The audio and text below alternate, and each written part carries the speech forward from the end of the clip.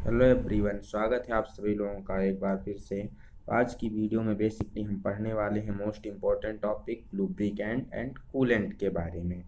Lubricant और coolant को हिंदी में कहा जाता है स्नेहक और शीतलन। तो आज हम इसके बारे में चर्चा करने वाले हैं। So let us start today class.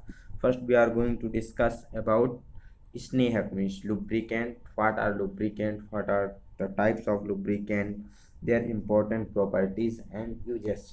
तो चलिए वीडियो को स्टार्ट करते हैं। सबसे पहले हम जानते हैं स्नेहक का मतलब क्या होता है।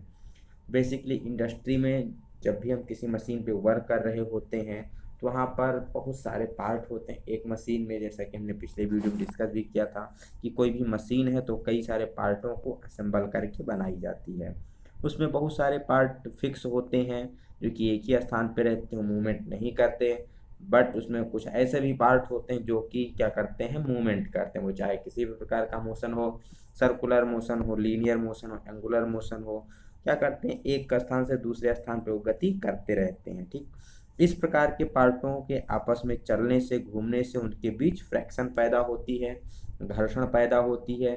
घर्षण के कारण दोनों सतहों के बीच गर्मी पैदा होती है, जिससे पार्टों को चलने में कठिनाई आती है। तो घर्षण के द्वारा पार्ट क्या होते हैं, जल्दी से घिसने लगते हैं, जिससे उनकी क्वालिटी धीरे धीरे क्या होने लगती है, खराब होने लगती है।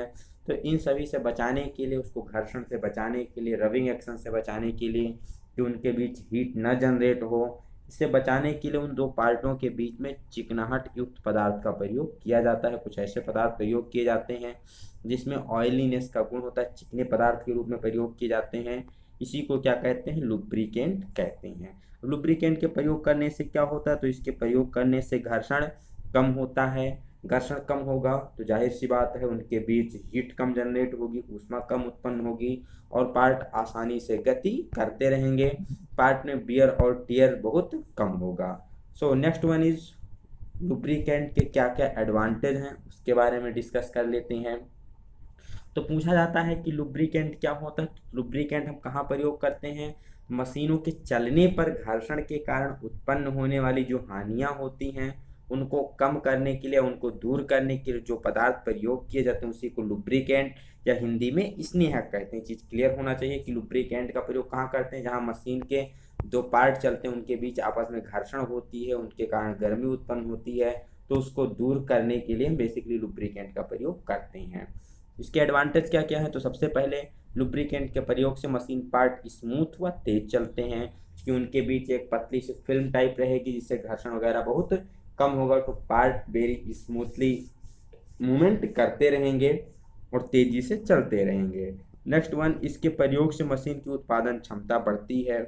ऐसी बात है जब मशीन हमारी तेज चलेगी स्मूथ चलेगी, मशीन के बीच कोई घर्षण नहीं होगा, गर्मी नहीं उत्पन्न होगी, तो उसकी पार्ट बियर और टियर कम होंगे। तो इससे क्या होगा, उसकी उत्पादन क्षमता दिन प्रतिदिन बढ़ती जाएगी। थर्ड वन इज, इसके प्रयोग से मशीन का जीवन बढ़ जाता है, क्योंकि लुब्रिकेंट मशीन में लाइफ ब्लड का काम करती है। जिस प्रकार जो ब्लड है हमारे जीवन के लिए सबसे महत्वपूर्ण एलिमेंट है, अगर ब्लड सर्कुलेशन बंद हो जाएगा तो हमारी लाइफ द एंड हो जाएगी। इसी प्रकार जब तक कूलेंट का प्रयोग हम कर रहे हैं मशीनों के बीच, तब तक क्या हो, मशीन बहुत ही सुरक्षित होती है। जैसे आप कूलेंट का प्रयोग नहीं करते हैं, पार्ट आपस में क्या होने लगते हैं, घिसने लगते हैं।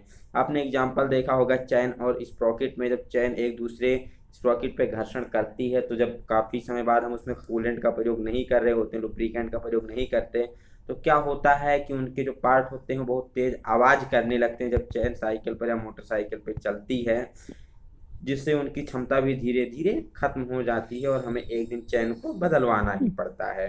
नेक्स्ट, इसका और क्या एडवांटेज हो सकता है, तो इससे प्रयोग से बिजली का खर्चा कम आता है। पार्ट स्मूथली रन करेंगे तो उसको चलाने के लिए जो पावर होगी वो कम लगेगी, तो बिजली का खर्चा भी कम आएगा।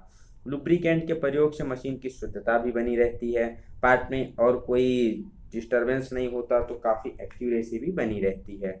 लुब्रिकेंट के प्रयोग से मशीन के पार्टों में जंग नहीं लगता, उसके बीच घर्षण नहीं होता, तो उससे ऊष्मा नहीं उत्पन्न होती, पार्ट बियर टियर नहीं होते, सब प्रॉपरली चलते रहते हैं, जिससे घर्षण वगैरह के ना होने के कारण पार्ट में जंग वगैरह भी नहीं लगता है।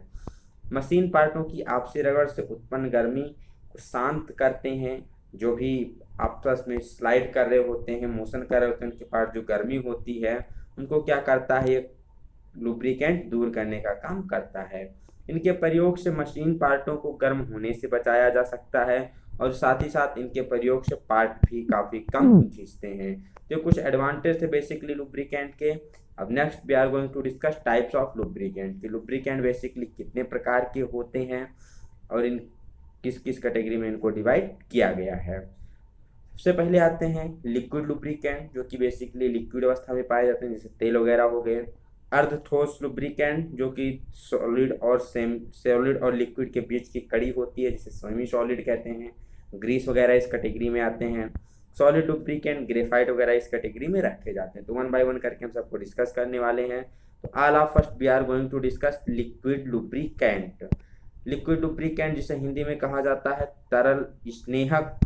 तो तरल स्नेहक की बात की जाए तो ऐसे लुब्रिकेंट, ऐसे स्नेहक जो किस अवस्था में होते हैं, लिक्विड अवस्था में होते हैं, तरल के रूप में होते हैं, उन्हीं को क्या कहते हैं, लिक्विड लुब्रिकेंट या फिर द्रव लुब्रिकेंट कहते हैं।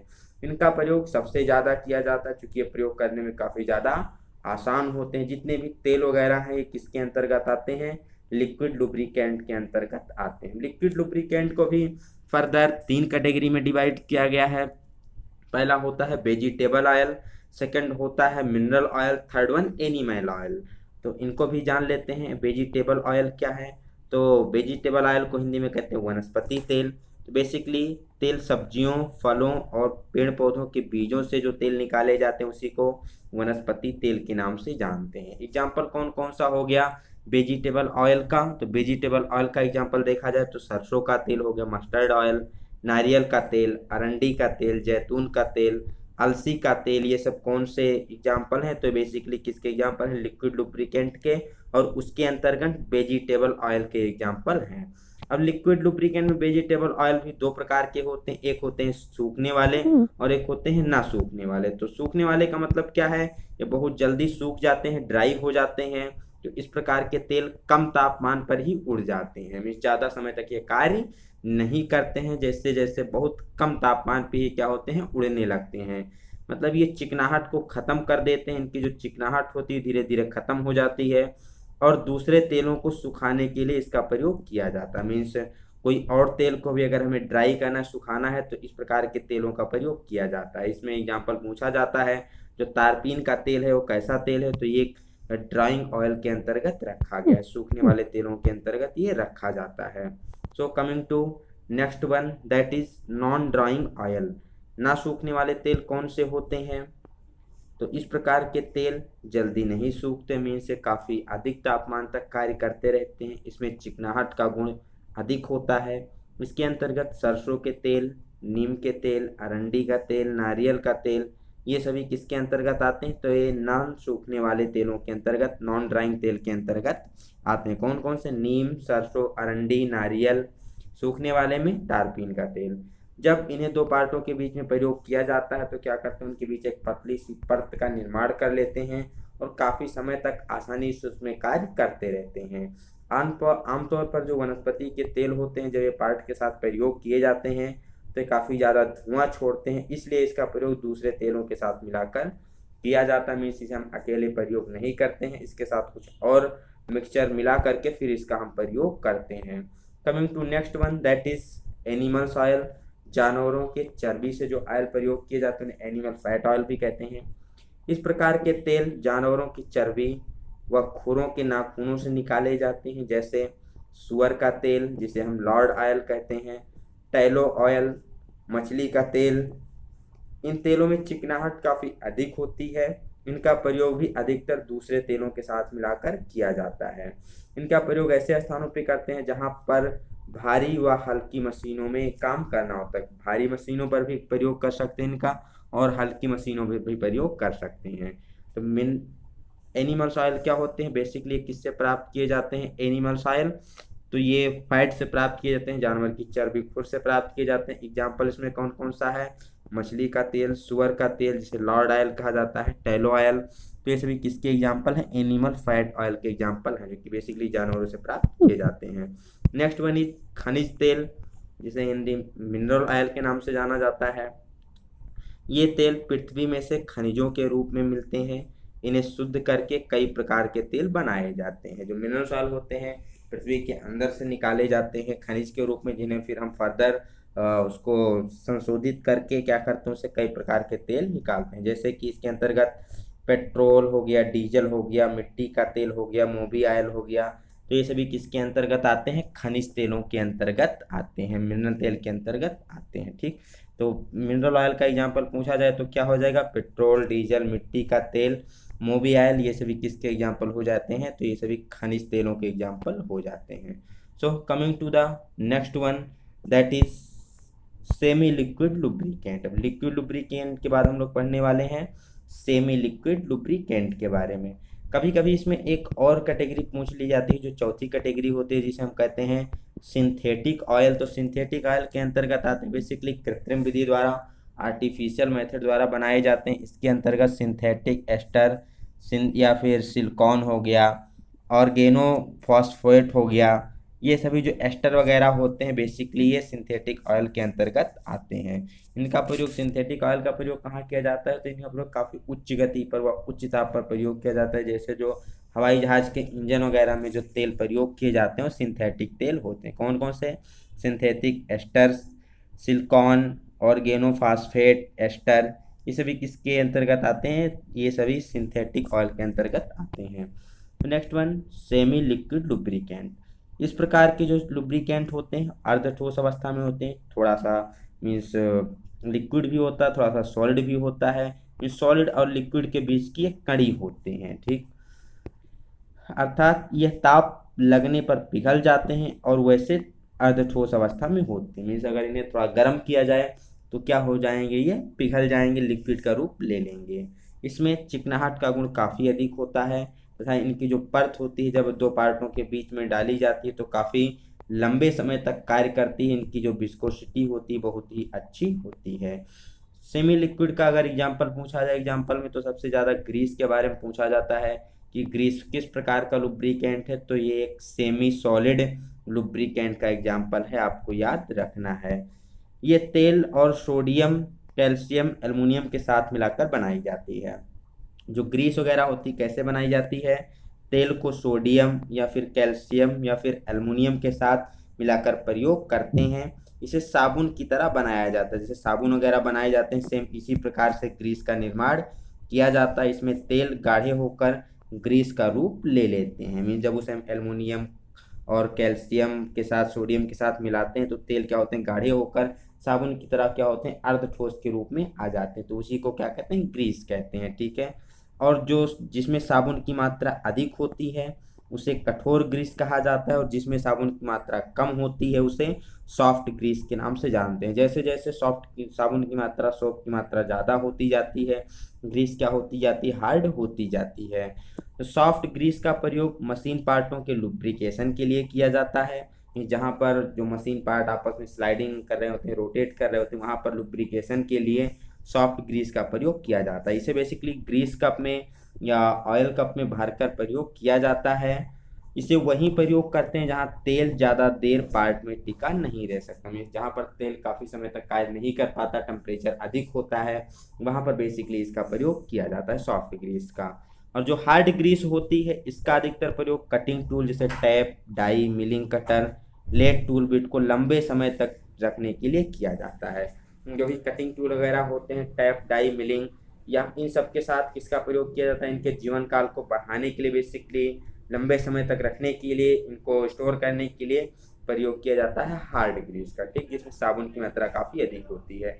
अब ये एलॉइंग एलिमेंट के आधार पर मीन्स अभी तो हमने देखा सॉफ्ट ग्रीस और हार्ड ग्रीस। सॉफ्ट ग्रीस में साबुन की मात्रा कम, हार्ड ग्रीस में साबुन की मात्रा अधिक थी।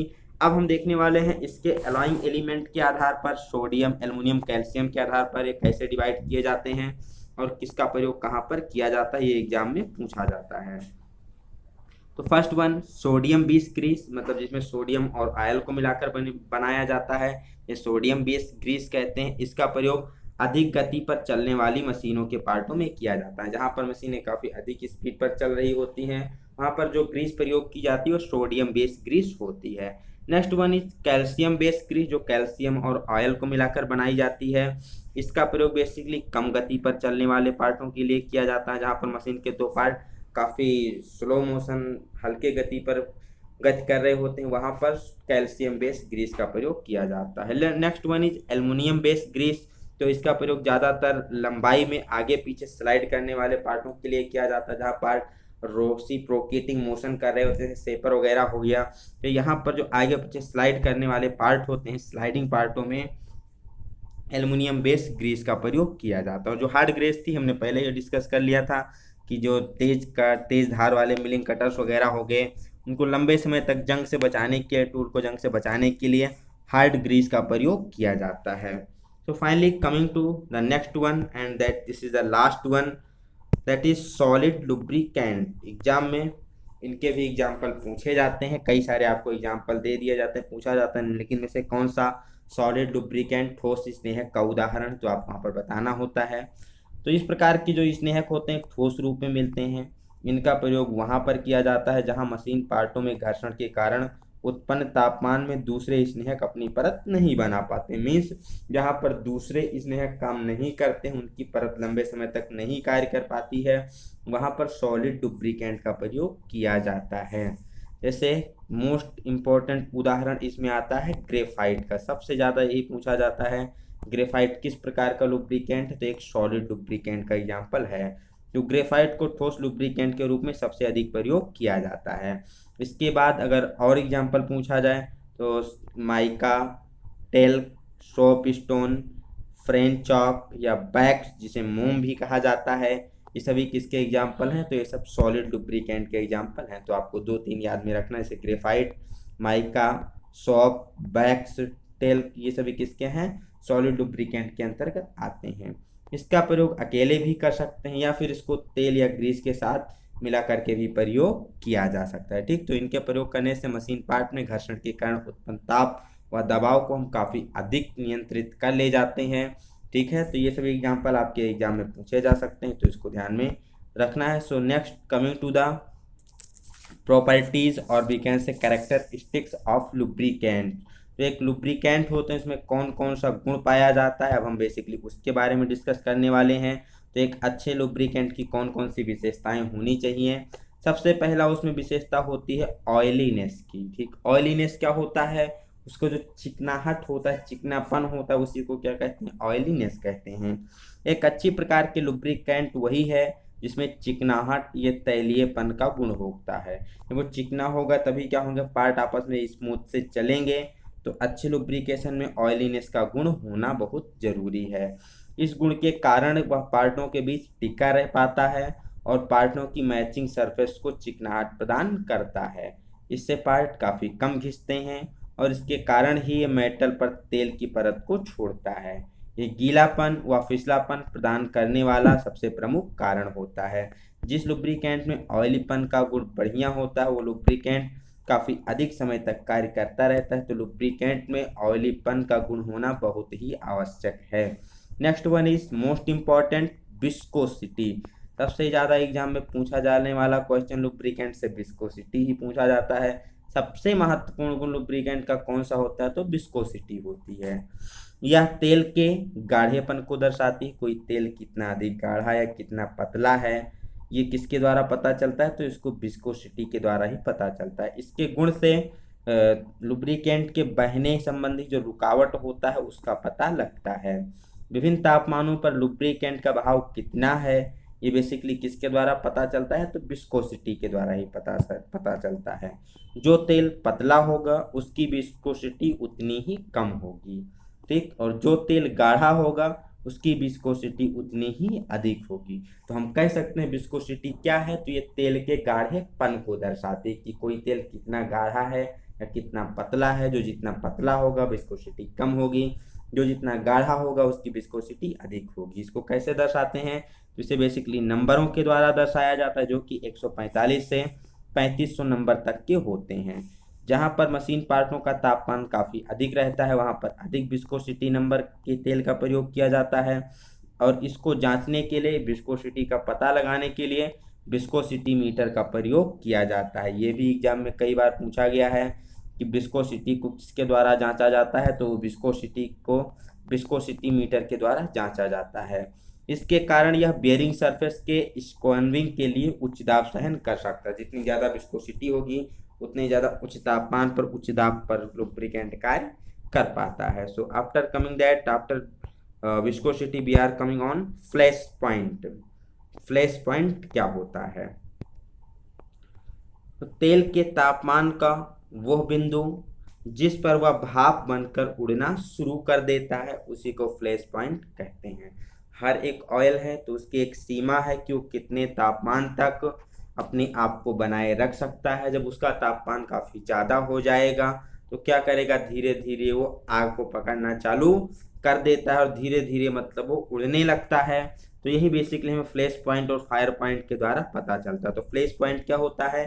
तापमान, किसी भी तेल का वो बिंदु होता है, लुब्रिकेंट का वो तापमान होता है जिस पर तेल वाष्पीकृत होने लगता है, मीन्स भाप बनकर उड़ना शुरू कर देता है। तो उसी पॉइंट को क्या कहते हैं? फ्लैश पॉइंट के नाम से जानते हैं। ठीक, फ्लैश पॉइंट मतलब जिस पर तेल वाष्पीकृत होने लगता है, लिक्विड से क्या होने लगता है, धीरे धीरे गैसीय अवस्था में परिवर्तित होने लगता है, उसी को फ्लैश पॉइंट के नाम से जानते हैं। प्रत्येक तेल का फ्लैश पॉइंट अलग अलग होता है, जाहिर सी बात है सबका अपना अलग अलग फ्लैश पॉइंट होता है।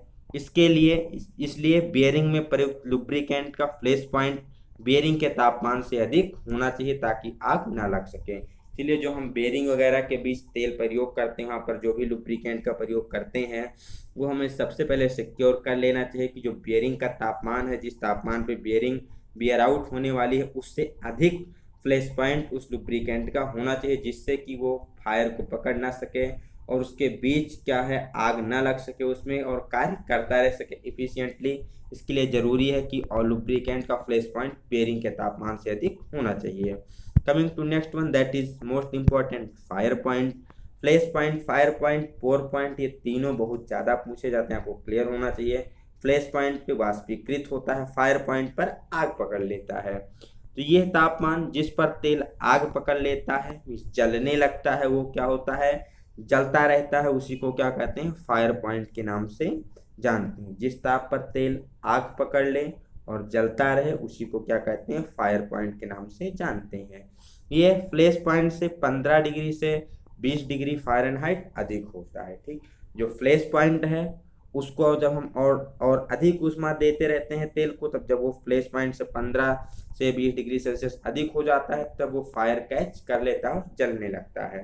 तो पूछा जाता है कि एक बेसिकली कितना ज़्यादा होता है, तो 15 डिग्री से 20 डिग्री फ़ारेनहाइट फायर पॉइंट अधिक होता है फ्लैश पॉइंट से। अतः लुब्रिकेंट का चुनाव करते समय यह ध्यान रखा जाता है कि मशीन पार्ट का वर्किंग तापमान तेल के फ्लैश पॉइंट और फायर पॉइंट से कम होना चाहिए। जो हम मशीन प्रयोग कर रहे हैं उसका जो वर्किंग टेम्परेचर है वो फायर पॉइंट और फ्लैश पॉइंट से कम ही होना चाहिए, उसके ऊपर उसको नहीं ले जाना चाहिए, नहीं तो उसमें आग लग जाएगी। एक अच्छे लुब्रिकेंट का फायर पॉइंट 15 डिग्री सेल्सियस के लगभग होना चाहिए। जो अच्छा लुब्रिकेंट होता है उसका जो फायर पॉइंट होता है लगभग 15 डिग्री सेल्सियस के लगभग होता है। ठीक, coming to next one, that is pour point. Pour point क्या है, तो तेल का तापमान का वह बिंदु, इस तेल के तापमान का वह बिंदु जिस पर तेल गाढ़ा होकर जमता नहीं है, बहता रहता है, उसी को क्या कहते हैं, पोर पॉइंट या पोर बिंदु कहते हैं। जिस तापमान पर तेल क्या हो जाता है, गाढ़ा हो जाता है, काफ़ी गाढ़ा हो जाता है, विस्कोसिटी ज़्यादा हो जाती है, लेकिन फिर भी वो जमता नहीं है और बहता रहता है, वही क्या होता है, उसका पोर पॉइंट कहलाता है। एक अच्छे लुब्रिकेंट का जो पोर पॉइंट है बहुत ही कम होना चाहिए, मीन्स कम से कम तापमान पर भी वो वर्क करता रहे, उसका तापमान काफ़ी कम हो जाए फिर भी क्या है, वो गाढ़ा तो हो जाए लेकिन जमे ना, बहता ही रहे, तो वही क्या होता है, उसका पोर पॉइंट होता है। जैसे जो बर्फ़ इंडस्ट्री वगैरह में, बर्फ़ कारखाने में जो भी लुब्रिकेंट प्रयोग करते हैं उसमें पोर पॉइंट काफ़ी कम होना चाहिए, क्योंकि वहाँ तापमान काफ़ी कम होता है तो आसानी से क्या होता है, जमने लगता है। तो जमने की वजह से वो रुकना नहीं चाहिए, फ्लो होते रहना चाहिए। तो पोर पॉइंट कम से कम होना चाहिए, मीन्स बहुत ही अच्छा होना चाहिए। किसी भी ऑयल के लिए, किसी भी लुब्रिकेंट के लिए, जिससे कि वो जम ना सके। Next one is emulsification. Emulsification को हिंदी में कहा जाए तो इसे घुलनशीलता के नाम से जानते हैं। एक अच्छी प्रकार का स्नेहक जो लुब्रिकेंट है पानी में नहीं घुलता है, मीन्स क्या होता है, पानी में घुलता नहीं है। तेल और पानी के घोल को ही क्या कहते हैं, इमल्सिफिकेशन कहते हैं। जो तेल और पानी का मिश्रण होता है, घुलनशीलता होती है, उसी को क्या कहते हैं, इमल्सिफिकेशन कहते हैं। एग्जाम में पूछा जाता है तेल और सोल्यूबल ऑयल का रेशियो कितना होता है, तो तेल और पानी की घुलनशीलता 1:20 होती है। मीन्स अगर हम 1 लीटर ऑयल प्रयोग कर रहे हैं तो उसमें हम 20 लीटर वाटर का प्रयोग करेंगे। आपको ध्यान में रखना है, ऑयल को हम तेल में नहीं डालते हैं, बल्कि तेल को हम क्या करते हैं, ऑयल में डालते हैं। ठीक है, क्या करते हैं, तेल को ऑयल में डालते हैं। मान लीजिए अगर आप तेजाब में पानी मिक्सचर कर रहे हैं तो हम क्या करते हैं, पानी में तेजाब को डालते हैं, ठीक, ना कि तेजाब में पानी को डालते हैं। अगर हम पानी को तेजाब में डालेंगे तो क्या होगा, वो आग पकड़ लेगा। तो इसी प्रकार जब हम ऑयल और तेल को मिला रहे होते हैं तो तेल को ऑयल में डाला जाता है। 1 लीटर तेल 20 लीटर ऑयल रेशियो आता है 1:20। ठीक, तो ये आपको ध्यान में रखना है। नेक्स्ट वन इज वाष्पशीलता, वोलाटिलिटी। जब तेल हवा के संपर्क में आने पर उड़ना शुरू हो जाता है तो उसी को वाष्पशीलता कहते हैं। ये तेल में कम से कम होना चाहिए ताकि वह ज़्यादा उड़ ना सके। वाष्पशीलता से ही आपको कंफर्म हो जाता है कि वाष्प बनने की जो प्रक्रिया होती है, जब तेल एक ऐसे टेम्परेचर पर पहुंच जाता है जहां वो हवा के संपर्क में आते ही उड़ना चालू कर देता है, तो उसी को वोलाटिलिटी या वाष्पशीलता के नाम से जानते हैं। तो ये गुण तेल में कम से कम होना चाहिए जिससे कि वो ज़्यादा उड़ ना सके। नेक्स्ट वन इज एसिडिटी, अम्लीयता के बारे में देखा जाए तो तेल में तेजाब की मात्रा नहीं होनी चाहिए, क्योंकि यदि तेल में तेजाब की मात्रा होगी तो क्या कर देगी, अन्य मशीनी पार्टों को खराब कर देगी, अन्य बियर और टियर का कारण बन जाएगी। तो जो भी हम लुब्रिकेंट प्रयोग कर रहे हैं इंश्योर होना चाहिए कि उसमें जो एसिडिटी है, अम्लीयता है, वो क्या होनी चाहिए, कम से कम होनी चाहिए। तो ये थी आज की वीडियो जिसमें हमने बेसिकली जाना कि लुब्रिकेंट क्या होते हैं। तो मशीनों के चलने पर घर्षण के कारण उत्पन्न होने वाली कमियों हानियों को दूर करने के लिए जो पदार्थ प्रयोग किए जाते हैं वही लुब्रिकेंट कहलाते हैं। इसके बाद हमने जाना लुब्रिकेंट के एडवांटेज के बारे में कि उसके क्या क्या एडवांटेज होते हैं। इससे मशीन का जीवन काल बढ़ता है, मशीन की गति बढ़ती है, घर्षण कम होता है, मशीन की एक्यूरेसी बनी रहती है, जंग नहीं लगता। आफ्टर दैट हमने डिस्कस किया टाइप ऑफ लुब्रिकेशन के बारे में, जिसमें हमने जाना लिक्विड लुब्रिकेंट जैसे तेल हो गए, सेमी लिक्विड लुब्रिकेंट जिसके अंतर्गत ग्रीस आती है, वैसलीन आती है, सॉलिड लुब्रिकेंट जिसके अंतर्गत हमने graphite, talc, mica, soapstone, इन सब के बारे में जाना। नेक्स्ट हमने पढ़ा कैरेक्टरिस्टिक्स ऑफ लुब्रिकेंट में, जिसमें हमने कई सारे कैरेक्टरिस्टिक्स को जाना। तो आशा करते हैं ये वीडियो आपको समझ में आई होगी। नेक्स्ट वीडियो में हम डिस्कस करेंगे मेथड ऑफ लुब्रिकेशन के बारे में कि किसी भी मशीनी पार्ट में लुब्रिकेशन कैसे किया जाता है। तो मिलते हैं नए वीडियो में नई जानकारी के साथ, तब तक के लिए have a good day, best of luck, bye bye सभी को।